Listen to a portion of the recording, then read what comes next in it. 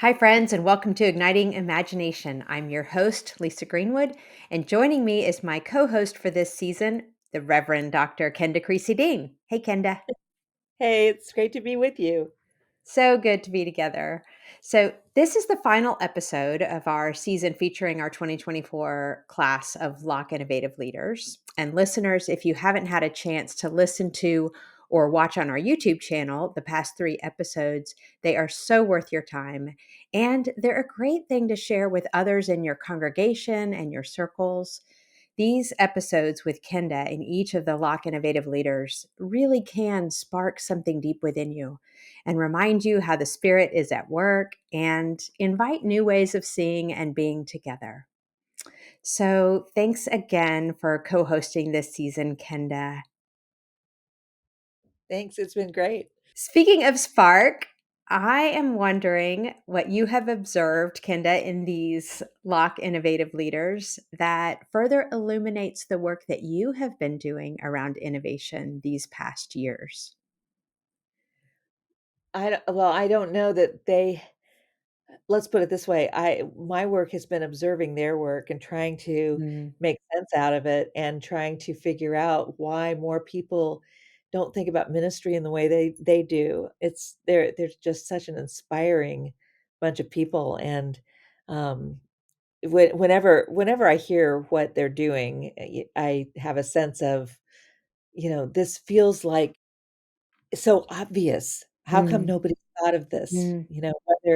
Whether it's the, hydroponic gardens that, um, are going on in Chicago with, the, Lawndale community, or whether it's, Carlos and his ability to just sort of walk with people in his neighborhood, um, in what feels like such an organic way, and as a problem solver with them. Yeah. But he doesn't solve for them, he solves with them, Yeah. you know?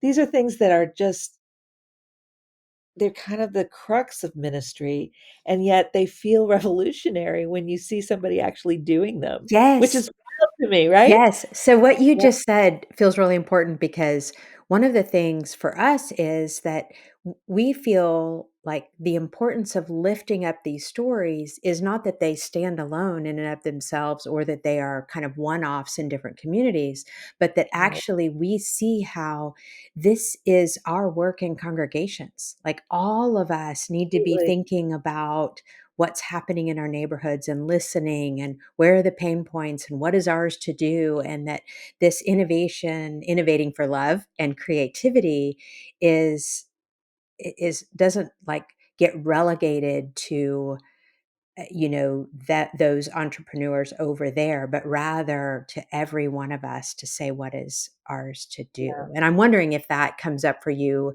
in the seminary context. It how it gets connected to congregations and the work of congregations.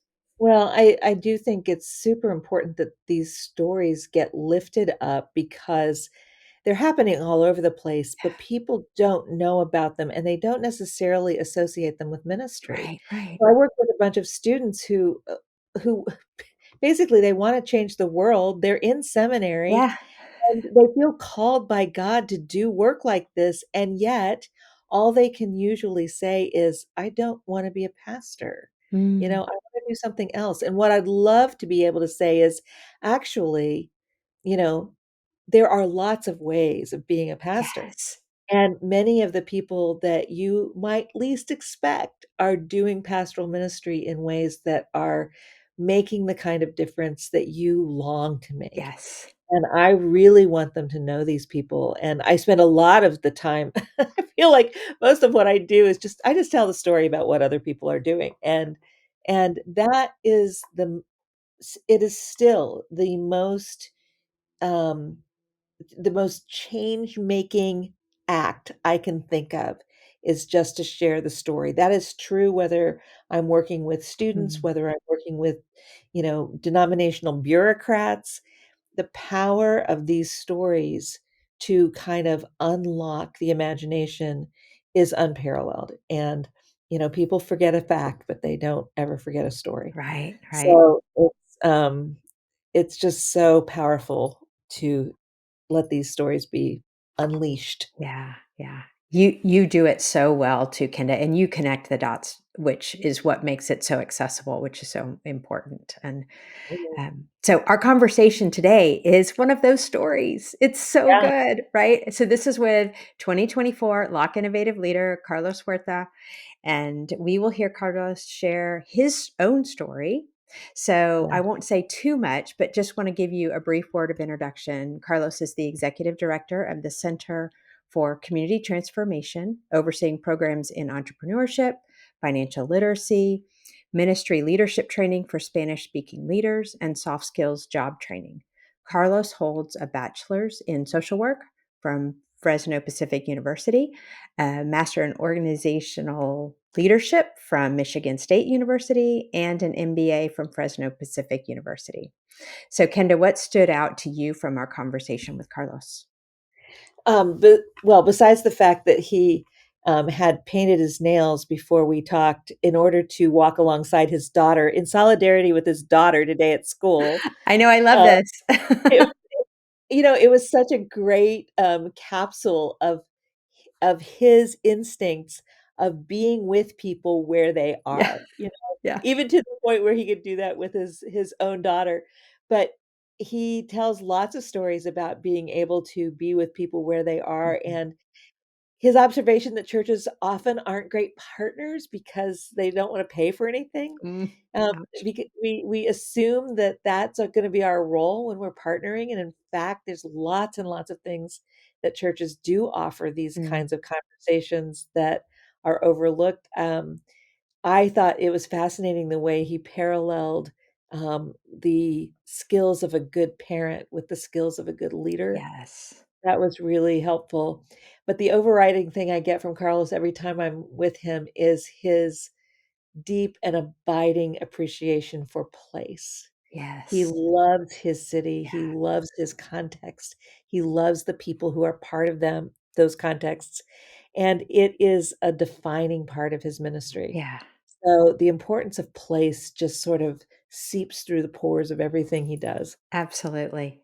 Absolutely. And I I mean, just to reiterate how often he said things like, hanging out and listening and, being with people, like Right. people and place, these themes that move through what he's doing. Just beautiful. So let's listen to our conversation with Carlos Huerta. Carlos, thank you for being with us. We're so excited to spend this time together.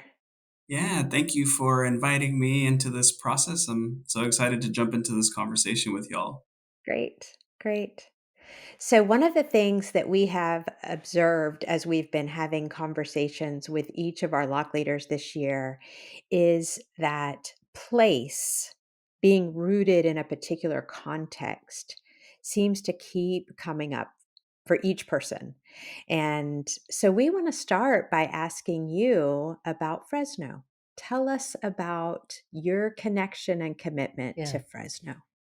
Yeah, I mean, there's so much about place that matters to me, and Yeah. at the same time, I see matters to God, as so many people are described by where they're from in Scripture, and so Nice. as I embody that here, like I mean, just for context, so I am the son of two immigrant parents. Both my parents are from Mexico.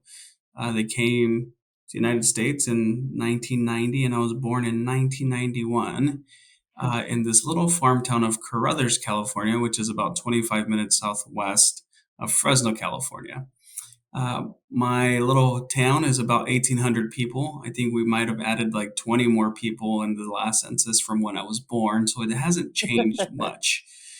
And so, rural Fresno County is what I was raised in. It was what I was born in, and then I came to the big city for college and stayed. And a lot of that was seeing the beauty in the context of Fresno. I was like any teenager that was born in Fresno County. Like the one goal on my mind was like, I'm going to leave Fresno as soon as I can. Hmm. My mother often reminds me of that. And so when it came to making a decision of where I was going to run track and cross country in college, it was like I was going to UC Santa Barbara or Pepperdine because it was Malibu and Santa Barbara and it was a beach town. Mm. finances didn't line up and God had a different design for my life, and I settled in Fresno. And so as I at first wasn't sure whether Fresno was going to be for me long term, I started to see so much beauty and opposite of what people often describe Fresno making the top of a lot of bad lists. I Mm. found a community that felt like a small town from where I'm from. I often go throughout the city and find people that I know and catch up and just experience life with. People are very intentional here.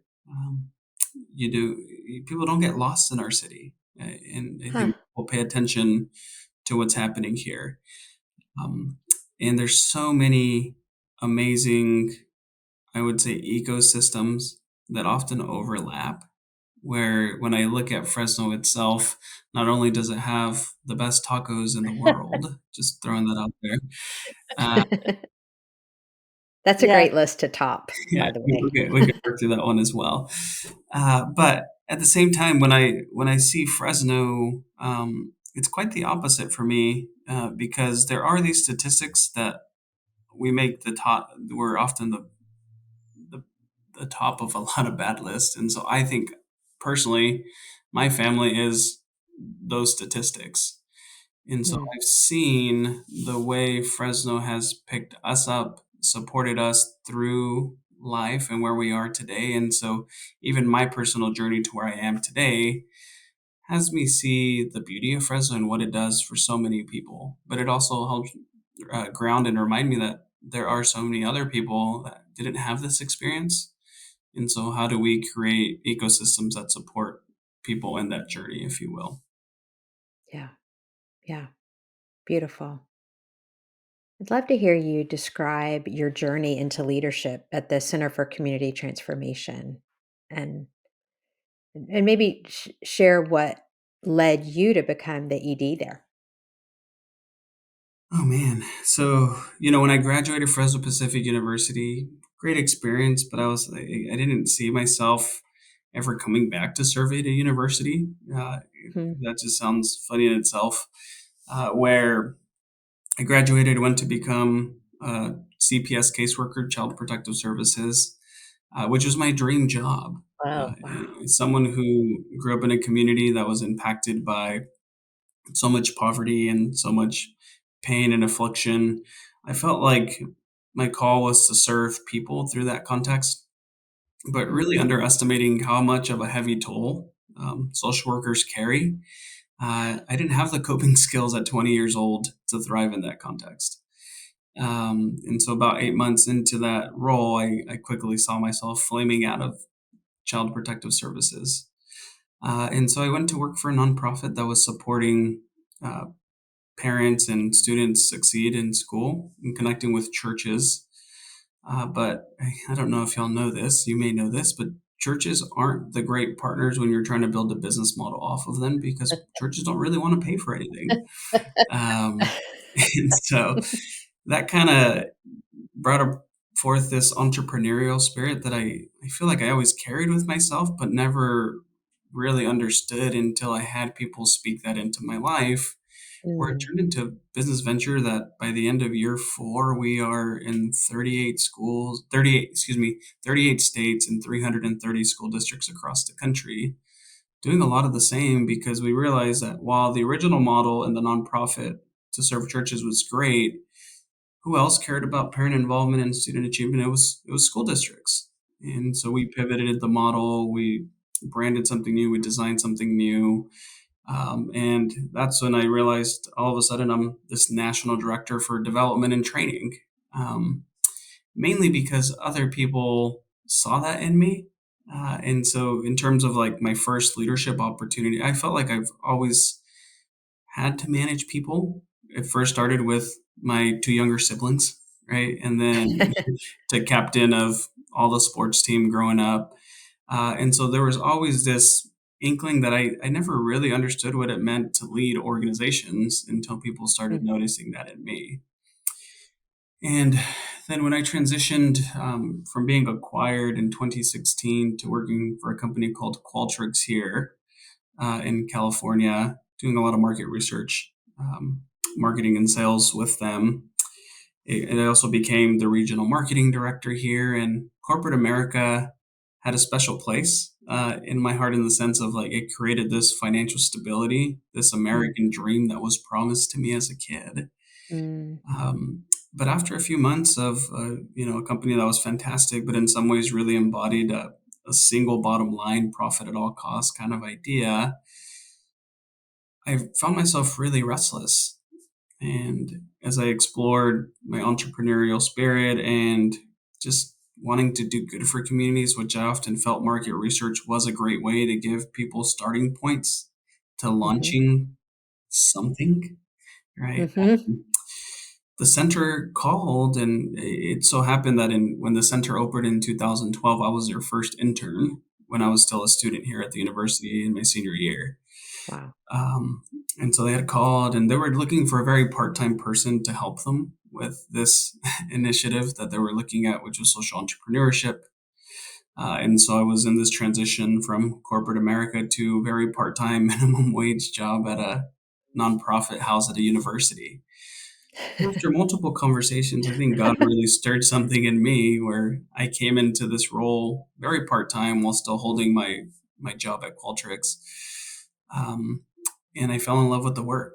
We made some big bets along the way to say, like, if we could find support and funding and have greater impact in these ways, I think I could bring myself on full time.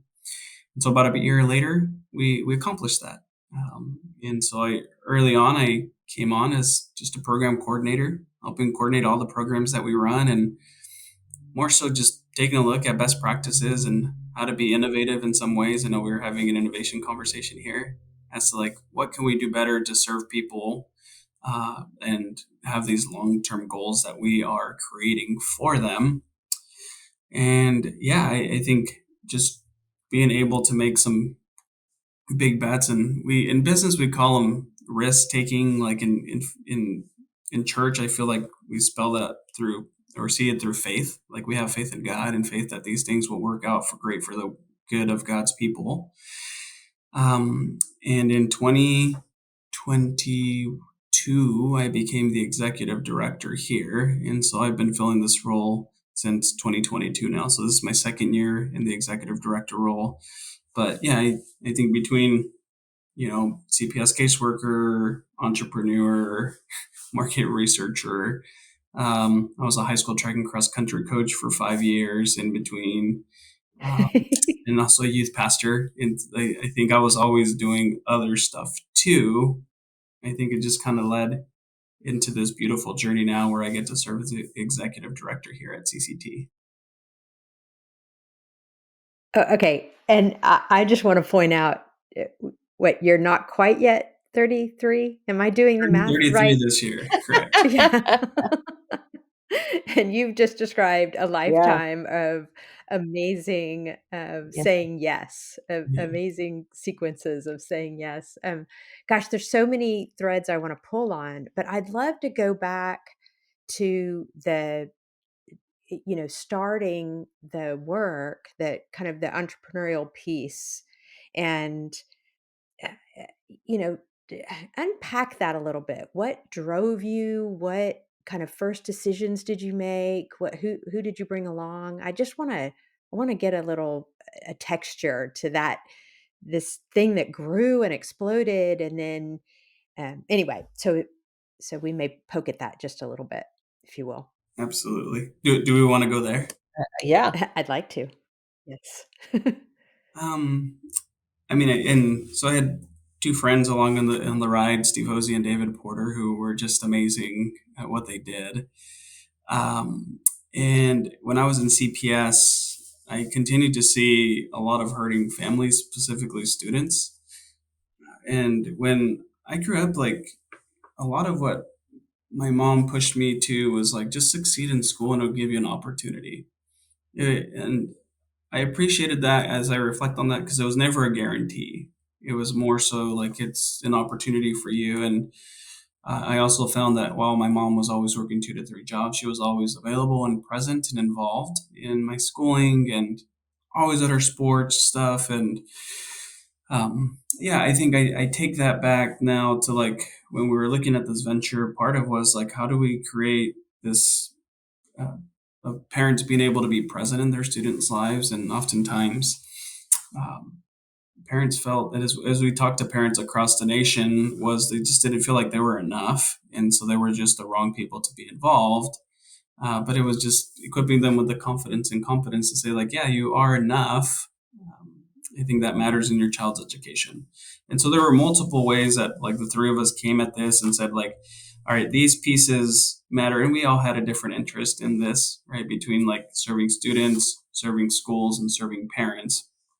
And it just made this beautiful partnership where, yeah, we partnered with a gal by the name of Dr. Karen Mapp at the U.S. Department of Education, who was the publisher of the U.S. Dual Capacity Building Framework for Effective Family School Partnership, DOE kind of stuff, how they do those Yeah, things. yeah. And Wow. so that framework really became fuel to how we designed curriculum for school districts across the country.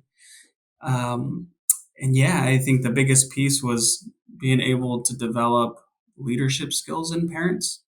Because we realize that the makings of a great parent were a great leader. If you can communicate effectively, if you can resolve and dissolve conflict, if Mm, you can create boundaries and expectations. Again, being a parent who can do those things at a baseline level really helps students thrive in their own context. mhm, Yeah.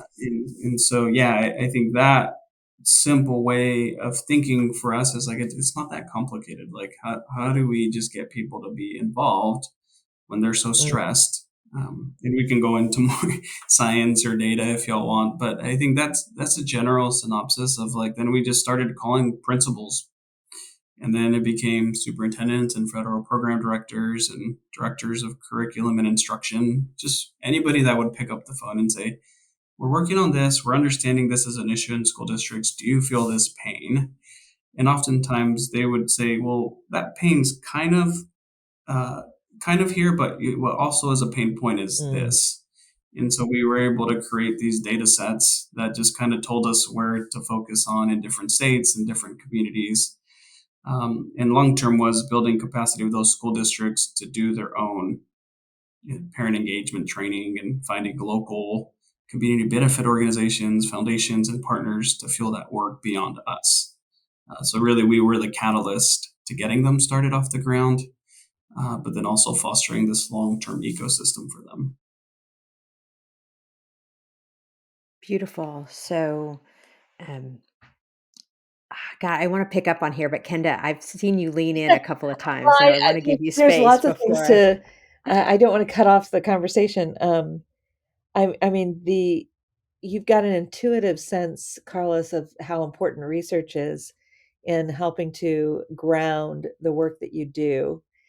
And one of the things that I have learned about you, in part from seeing little video clips of you in when you are relating to people who you sponsor in various ways or you have supported, um, you are a grade A listener, and that pays off in a lot of ways, but, it's one of those things where, we talk about empathy a lot in terms of doing entrepreneurial work and in terms of doing ministry a lot.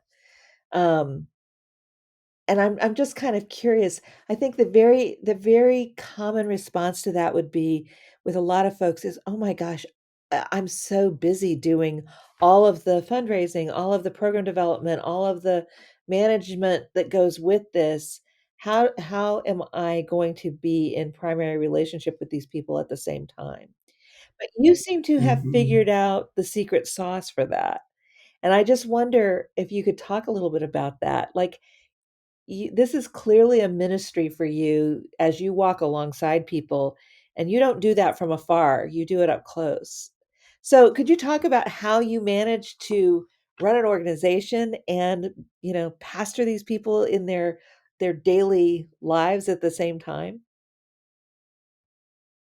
Oh man. Well, I don't know if I've figured it out. I will say that first and foremost. I will say, and I say this a lot in our spaces, and I say this to our teams, it's like I feel like I've set up bowling lane bumpers in my life to be Uh, effective. or else like I'm not a very effective person. I will spend myself hanging out with people all the time, or I will spend my time just being in the office writing grants or doing donor development, whatever that looks. So there has to be a balance. And there's simple baseline practices where, and I've also gone through seasons where like I'm on the field a lot, and now I'm stressed about just getting work Yeah. done.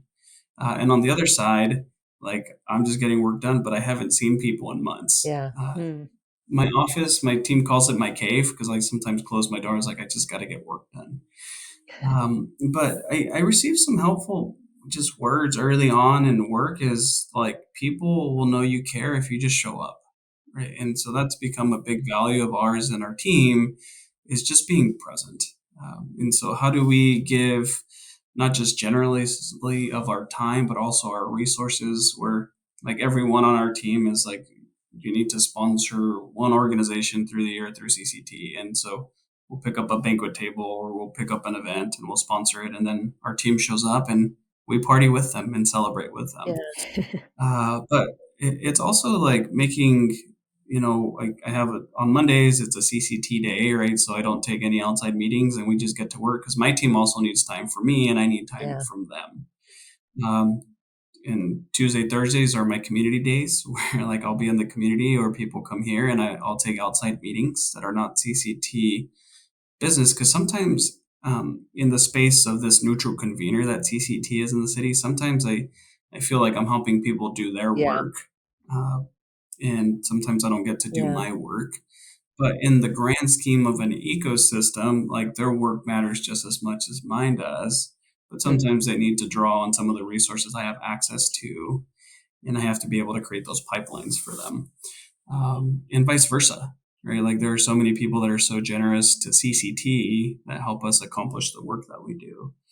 And so, yeah, I think the intentionality for me is like the people that I do ministry with, it's easy to say like we're friends because we're doing work together all the time every week, but we also go to church together and we, bring families over to each other's houses or we'll do community Yeah. events where we're not just doing work together all the time because then our relationship is just built on the work. And we haven't found that to be sustainable here in Fresno. And I don't find that to be sustainable Yeah. either. If it is this, place where maybe we applied for the grant and we got the grant, but the outcomes weren't Mhm. great mainly because maybe we didn't do our part or this organization didn't do that part of their grant. So now money has to go back to this funding partner, or we're just not going to be renewed for this grant in the future. Does that make or break the relationship Yeah. with that organization, or can we sustain I beyond wonder, that? is there a Um, particular story that you can think of from some of these relationships that you have built that kind of, if you were going to encapsulate the work that the Center for Transformation is really hoping to be about, is there one story that kind of summarizes that for you? oh man, it's a great question. Yeah, like sometimes I don't even realize like what we do in some spaces. So our friend Kathy McShane came a couple months ago. Totally didn't even tell me what was happening in this process, and then spring this luck leader award. But so I think of like this church in downtown Fresno that for most of what we do is building capacity institutions, churches, for profits, nonprofits, and school districts. Those are our four buckets that we serve in. And so this church had this opportunity to do some mentorship for youth in their neighborhood, but they needed a little help in terms of having, I don't want to call it a fiscal sponsor because we helped them with this process, but it was a significant and large enough grant that the funding entity wouldn't, they were awarded the grant, but they needed someone larger than them to take on that Right. grant, just to make sure that there wasn't a lot of risk for them because it was going to be like 40% of their budget. And so we helped them administer it. We helped them, you know, design the program and all the above. And I didn't realize that like this economic development arm, this mentorship program that they were setting up, like the revenue from the grant and from the services they were providing actually built out this whole like second story level of a church building they had bought that just became this youth hub in downtown Mm, Fresno. Oh, wow. Um, and it was things like it paid for their air conditioning and paid for their framing wow. where like they couldn't get it to code. So they bought that space and they were stuck in a holding pattern for months.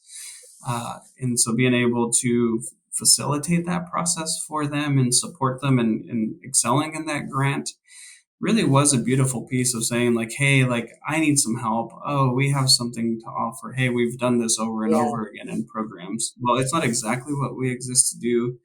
We shifted some of the programming that we were doing with churches to support them to support this mentorship grant that they were receiving. And so, but it was them having the level of trust in us to say like, hey, like we've seen you do this yeah, work. Right. We could use some help. It is just a beautiful way yeah. to do it. Thank you. I don't know if that answers your question, but that's the first one that comes to mind for me. And these are people that I hang out with all the time in the community. It's like we'll go grab some food or we'll grab some drinks or I just see them up and down. Our kids go to the same school, Yeah, so there's just so many spaces where we're just doing life together. yeah. And so yeah, I think all of that encapsulates kind of this story for Well, it me. occurs to me that you have made a beautiful example of how do I want to say this? How not to reach people, but how to neighbor them instead. Mhm. You know? Yeah. And I Yes. somebody said to me once, nobody wants to be reached. You're just spend all this Hmm. time trying to reach people, but that's kind of fundamentally creepy. And Yeah. you have this is not what we mean, of course, when we say we wanna reach people. What we really want to say, I think, is what you're doing, and that is we're trying to be good neighbors. We're trying to neighbor people well Hmm. and, and learn to befriend people. So you have a ministry that you've made an entire center out of helping people get the knots out, you know? Hmm. And, Hmm. it's a yeah, it's a wonderful thing to have a shot of WD-40 when you need it, you know? Absolutely. Well, and like you bring up something really key for us. It's like we're not here to just run programs so to say that we're a training organization that trained 300 people this year. We're like we want to build capacity in people so that they're doing stuff with the things that Hmm. they were trained, right? But a lot of that is like no, like I don't think like right now we're going through. So we just had Spark Tank, which Yeah. is our pitch competition for social enterprises here. And historically, our businesses, when we look at, like, I often look at Amy Minich's impact continuum. She has this book called The Profitable Charity, but on one end, she looks at business only models with people that have this business experience. And then there's these nonprofits that have like the social side figured out. And in the middle is social entrepreneurship, right? And Mhm, impact investing that we consider. But most times, like we only get these social only focused people that are like nonprofit and church folks, like, hey, I need help running a business. Right. And so the mhm, easy thing in our accelerator for this cohort, which actually we realize like everyone in that cohort are deep business people, have strong business models, have prototypes. That's really uncharted territory for us because most times we're taking something dormant or an idea phase business, not businesses that are a little mhm, figured out. And so rather than saying, here's our curriculum we've run for the last 7 years, let's do this, like Brian File, who's our associate director here, and I right now are like saying, okay, how do we need to pivot to serve the needs well? And I think that just takes programming differently in centers to think like, what do these folks need? And it takes a level of intentionality to getting to mhm. know and consider the needs versus like, what are we used to delivering? Um, Yeah, yeah. So I want to pick on some up on some of these threads because you've talked about, building capacity. We've talked about how you notice people and kind of meet them where they are. I mean, we haven't maybe used those exact words, but um, and um, and connect people to each other and to resources and that kind of thing. We had an episode not long ago with Dave Odom and talked about catalytic I listened to leadership. it. It was so good. Yeah. He's so good. He's so humble and kind and wise but, um he talks about how catalytic leaders today are the ones that can see what needs to be cultivated and what God is doing in and through a person or a group of people and then supports them and I just see that in you. I mean, that's what Right. you're doing. Mhm. You notice and then you Mhm. support and I think, way back to starting the writing that seeing the pain points with your friends, in the CPS system and such, and with parents and children and school systems, and writing curriculum and kind of meeting those needs and supporting them to do their work. You didn't do it for them. You're trying to help them do what is theirs. And then thinking about coming on to CCT, and you were brought in for one thing, but then you saw potential, and then you started to bring in others into the midst. And so I'm curious about that role of noticing and supporting, and I'm wondering also wh- what happens in that moment where you're noticing that there's potential Mhm. there? And can you dissect that a little bit? And like, what happens in you? What happens around you? What steps do you take? And maybe I'm being way too like literal about this, but I'd love to know what happens between the moment you notice and then now, like a couple of years in, there's this whole center and there's staff and there's ministries that are happening, programs, I guess you probably call them at the university level, but Mhm. Totally. yeah. So take us on that little journey with you. I often like use this with my team and I use it with myself. Like it's my goal to stay in my lane, right? Like there are things that like I really care about that could be reach goals that I have to be aware of. Mm, Landscape, right? People talk about SWOT analysis, the steep analysis, social, technological, economic, environmental, and political landscape. And so those are things that we're always mindful of, but also like realizing like, what is it that we do that's core Mhm. to like what we call our North Star is like Mhm. pursuing God design in every community and city. This Mhm. underlying tone that like we want to, um, reach our neighbors so that everyone's included all of the time and that no one gets left out. And also realizing that like we're not a macro level org, we're not doing public policy and advocacy ourselves, and we're not a micro level org, we're not doing the work ourselves most of the time. mm, There are exceptions in some spaces where, like, for a season, some of our staff are filling needs in other institutions, like Section 8 mm, housing or a church or a nonprofit that we're partnering that just needs a little bit more support. But really, we are catalyzing need. mm, And so, again, Fresno makes the top of a lot of bad lists. And so we realize that if we do what we've always done, we're going to end up with more of the same. mm. And so, as we're starting to see, like, if things need it's easy to call them innovation, right? If things need to change, if we need to change things up, most times it's because we're not getting the intended outcomes that we originally anticipated. And I'll Yeah. use like our certificado program for Spanish speaking leaders, for example. So in Fresno, there's about 600 churches, a third of them are Spanish Mm. speaking. And we found that less than 5% of them have ever had any formal theological or leadership training. Wow. And so there was no institution here in our valley that was doing things in Spanish. There were some denominations that were doing like one-off things, but like the Pentecostal pastor didn't want to send them to the I don't know, the Lutheran pastor, because one, they were Mhm. scared denominationally and theologically it'd be different, but two, that their people would leave. Right. So we created that space here, but we realized that while it was set up to train pastors, 70% of the folks in our cohorts were lay Yeah. leaders. And so like lay leaders didn't care about running board meetings or church financials and the changes in the laws for churches this year. Like they probably should know about them, but they don't need. And so if we only had them for 25 weeks, which our program lasts 9 months, Hmm, right? We felt like we needed to make that change. And so for us, it's always been attuned to like who's in the room, Mm. who's adjacent enough, who are like have been asking about it or interested enough.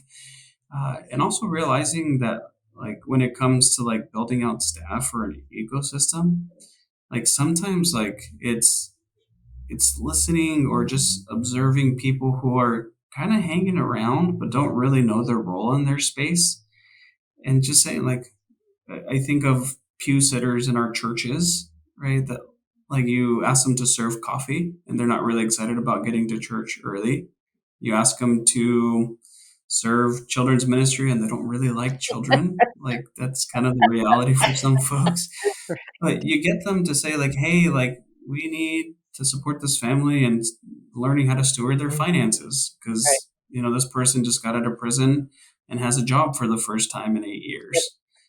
This person, the church is starting a business. Like, how do we engage the lawyer or the CPA who hadn't reconciled their own personal and professional gifts with how Mm. to serve the Yeah. church?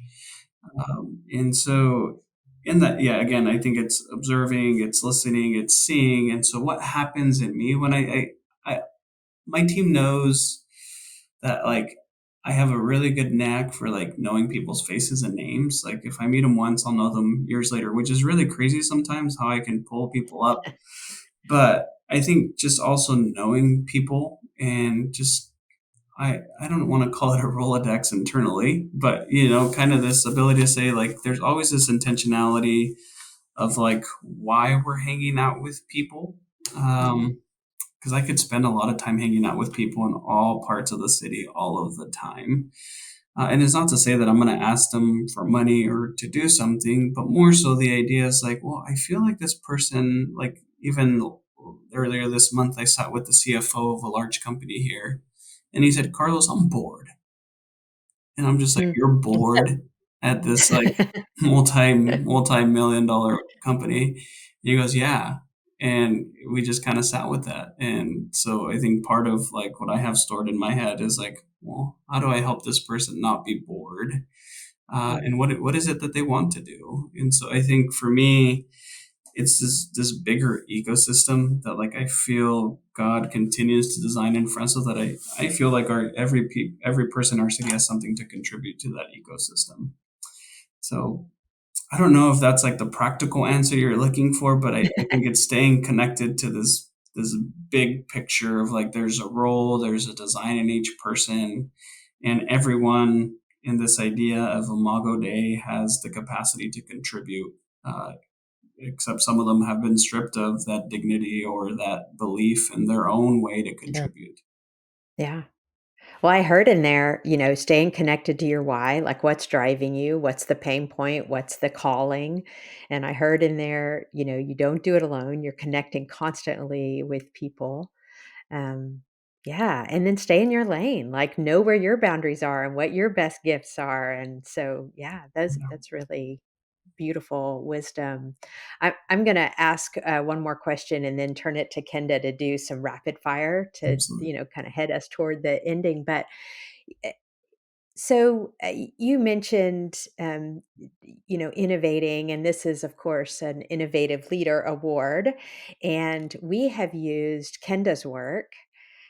This is why I'm asking the question and not Kenda, because I want to refer to Kenda's work. But she talks about innovating for love. Hmm. That we don't innovate in the kind of for the sake of change or innovation in and of itself. We innovate because we are called to love and want to bring about more love in this world, and it Mhm. drives us to try everything we can to bring about more love. And so um, that's been a really central notion for us in how we understand innovation. And I'm curious what that means for you related to your Mhm. ministry. Yeah. You know, I, we often push and I often reflect on like my why here. Hmm. It's like, why am I still here? Like, why am I Hmm. just not in corporate America? Because some days I wish I was in corporate Yeah. America when there's other things I want to do that is not work involved, right? Yeah. But I think like the work that I get to do often and continues to be people centered, where oftentimes like people can be victims of innovation. And so where you say like we don't innovate for the sake of innovating, and I think that's true because like I reflect on like like branding, right? For institutions, like branding asks you to be unique and to be different, and say like, why choose Kenda over Lisa, and why choose Carlos over, right? And so there's that. But when we take that same posture into like our programs, right? Like it's less about innovation and more so about best practices. Like what are the things that like you don't really need to change the programming on the things that are going well with people. But on this innovation piece is like there are other things that we have to consider. Like if we're not achieving the outcomes that we're achieving, if we look at our metrics of like our people are not forming their business and they're not having their first sale by the end of the 7 weeks, which our Launchpad incubator here looks to do, then we have to find other ways to do the work that we do. If people are still taking payday loans in our financial literacy courses, like that needs to change. If our Spanish speaking leaders are still the same leader they were before they went into the cohort and are not neighboring in a new way, that needs to change. And so to me, when I think of innovation, one, it's Imago Dei. People are created with God-given dignity and God's image, and so they matter. No one's too far gone from the reach of God. Like that's a big Mhm. piece of our point of view here. And at the same time, like it's helping them experience shalom the way God intended them to be in them, for them, and between each other. And I think this idea of innovating for love, Kenda, I love that phrase because I tell my kids like be kind to one another in Yeah. love, and that's a big piece of me is like how do we show kindness? It's not just smiling and waving at people; it's being intentional. It's remembering people's names. It's knowing that they're having a hard day, and how do we help them have a better day, right? And in programs and in the work that we do, that translates to like people are struggling today. So while in our work, like we might have to sacrifice, it might cost us more to work with someone with barriers versus someone who has a master's degree, right? Like we design and consider andragogy and pedagogy and the design of workshops and who we're curating and investing in, because facilitators and people who are indigenous leaders of neighborhoods, people want to be represented in the spaces that they're coming from. And what is this stretch goal to say, like, if Carlos did it,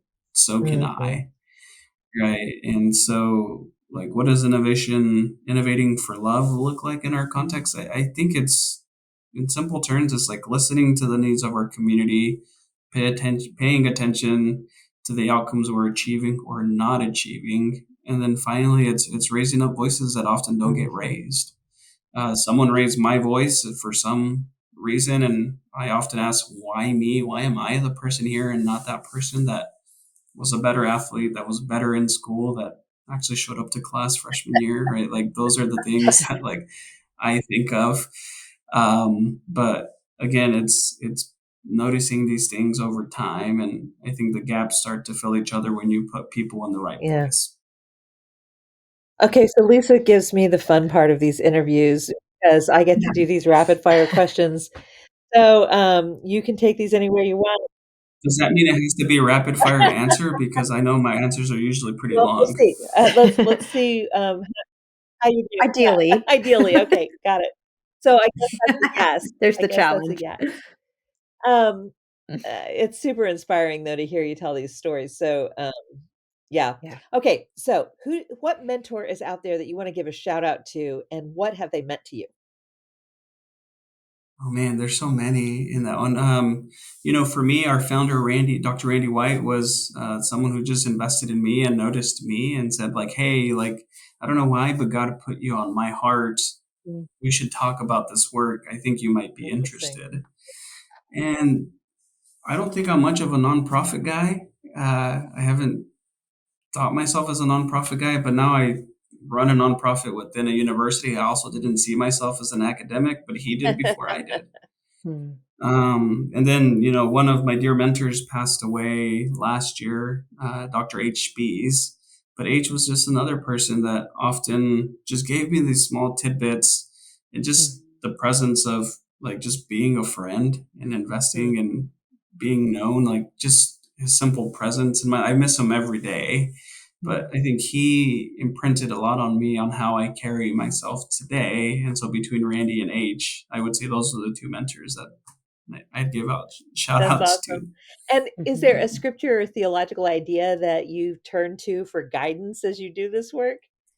Your go-to? Oh man, so Second Kings 4 is very prominent in my life. The story of the widow's oil, but I often also reflect on Isaiah 58 as like, what does true prayer and fasting look like? I think as someone who comes from a social service sector, like the act of doing, but also rooting it in prayer and these religious practices is like, how do they bring me closer to God? And I think that's a beautiful depiction on how we reconcile those.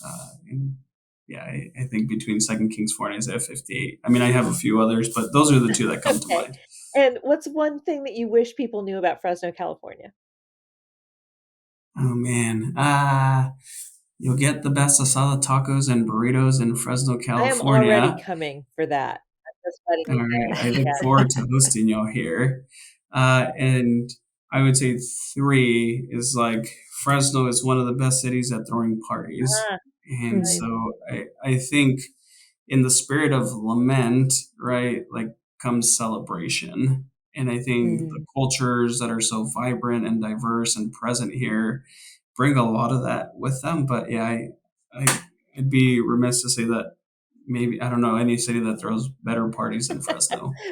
And the last one is one that we've asked to every one of these guests, and that is what is an old thing that we need to not do anymore, and what is a new thing that God is doing and is springing forth in your work? I would say that it stop answering people's questions when they say, "Why do you do this?" with, "Well, we've always done it that way." Mhm. uh, and like dig a little bit deeper. And I had to do that in my journey too. Is like, why the heck are we doing these things? And should we continue to do these things? And so sitting with people, I spent a good season of my life asking people is like, what does CC2 do well? What do we do that we're known for not doing well? What should we not be doing and what should we be doing? And how can we best serve you? And that brought so much life in this season of Mm. CCT to just being Mm, attuned to the people that we serve. But what is the question? What is a new thing God is doing that is springing mhm, forth? Uh, I would say in my life personally, it's being more available mm, to people and realizing that like my story matters in context where for so Mhm. long I think I was ashamed of my story in some way, shape, or form and just the hardships and the journey that was. But also saying that like it brings beauties to people's life when you're authentically connecting. And it's not that like I show up in shorts and a t-shirt every day, right? It's that I am just myself transparently, authentically, and people know me for me and beyond just Carlos, the executive director of CCT. They want to know my family. They want to know that I'm a big Dodger fan. They want to know, right, that, all the things that I love and care about that give me life, like people build connection on those things. And so I Yeah. think what's springing new for me is just relational connectivity, social capital, and that I need it just as much as my neighbors do. nice. Thanks. Nice. Oh, this has been so good, Carlos, and it is amazing to get to know you better and to hear more about your ministry. And um, you are doing truly amazing things. It is beautiful to see God at work in you. So thank you. Thank you for what you're doing and for being with us today. Thank you, Lisa. Thank you, Kenda, for having me today. It was a It's joy to really be fun with to be y'all. with you. Yeah.